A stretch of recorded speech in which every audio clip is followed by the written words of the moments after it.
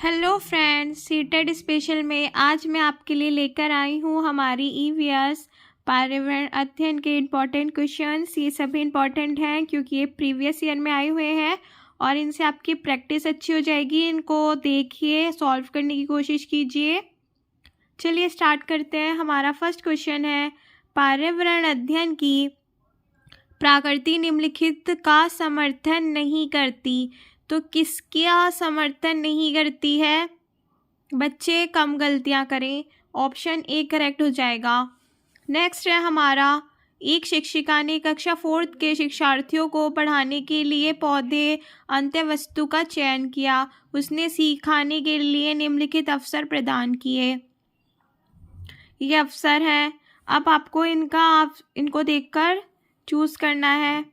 ये ऑप्शन है, बताइए कौन सा सही होगा आंसर हमारा ऑप्शन ए सही होगा। जितना अधिक पत्तियों के बारे में संभव हो उतना उनके नाम याद करने के लिए बच्चों की पहल।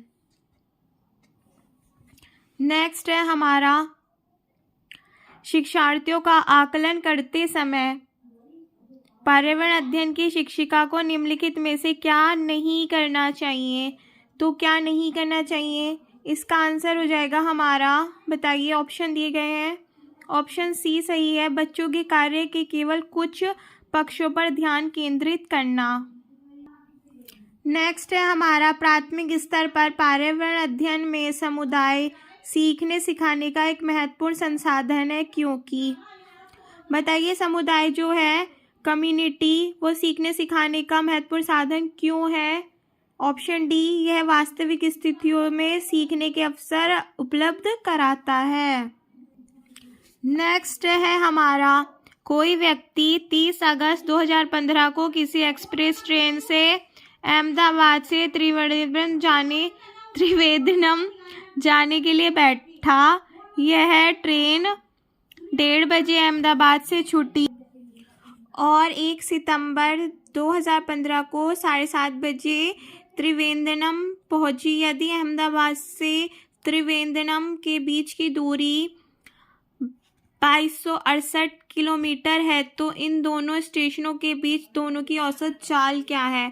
तो ये हमारा क्वेश्चन जो है सॉल्व करने वाला है। सीटेट में इस तरह के क्वेश्चन ईवीएस में देखने को मिलते हैं। तो इसमें जो फॉर्मूला लगेगा वो लगेगा चाल बराबर दूरी बटे समय। चाल हमें निकालनी है, दूरी हमें दी गई है, समय हमें इसमें निकालना है कितना लगा, और चाल बराबर दूरी बटे समय का फॉर्मूला लग के ये क्वेश्चन हमें सॉल्व करना है। और इसका जो सही आंसर आएगा वो आएगा ऑप्शन बी। तो आप इसको एक बार सॉल्व करके देख लीजिए और पता कीजिए कि आपका भी ऑप्शन बी आ रहा है या नहीं आ रहा है। नेक्स्ट है हमारा, गुरप्रीत पहली बार रेलगाड़ी से नई दिल्ली से चेन्नई गया। अपनी रेल यात्रा में उसकी गाड़ी के द्वारा निम्नलिखित में से किस नदी को पार करने की संभावना नहीं है? ये हमारा एक मैप का क्वेश्चन है, आपको मैप रीड करके ज़रूर जाना है। तो बताइए कौन सी उसकी नहीं आई होगी? गोदावरी, गंगा, नर्मदा, कृष्णा। तो ऑप्शन हमारा यहाँ सही हो जाएगा गंगा। तो ऑप्शन बी करेक्ट हो जाएगा। नेक्स्ट है हमारा, हमारे देश में निम्नलिखित स्थानों में से किसे ठंडा रेगिस्तान कहा जाता है? तो ये बहुत इजी क्वेश्चन है। ऑप्शन बी इसका करेक्ट आंसर है, लद्दाख। कक्षा 5th की पर्यावरण अध्ययन की पाठ्य पुस्तक का एक पार्ट उसी से ठंडा उसी से गर्म, डॉक्टर जाकिर हुसैन द्वारा लिखी गई। इस कहानी में बच्चों के लिए ऐसी कई कहानियां हैं। अपनी मृत्यु के समय वे थे। तो डॉक्टर जो जाकिर हुसैन है वे अपनी मृत्यु के समय क्या थे? सभी ने उनका नाम सुना ही होगा, और वो अपनी मृत्यु के समय थे, बताइए, ऑप्शन सी, भारत के राष्ट्रपति। नेक्स्ट है हमारा, खाद्य संरक्षण में निम्नलिखित में से कौन सा जोड़ा ठीक नहीं है? कौन सा जोड़ा ठीक नहीं है? सेब से जैम बनता है, कच्चे आम से अचार बनता है, आलू से चिप्स, पर खाद्य संरक्षण में जोड़ा सही नहीं बताना कौन सा है?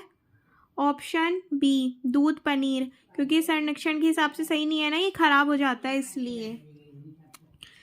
घरों की नीचे दी गई विशेषताओं पर विचार कीजिए। ये हमें घर की विशेषता दी गई है और हमें बताना है कि इस तरह के घर हमारे कहाँ पाए जाते हैं।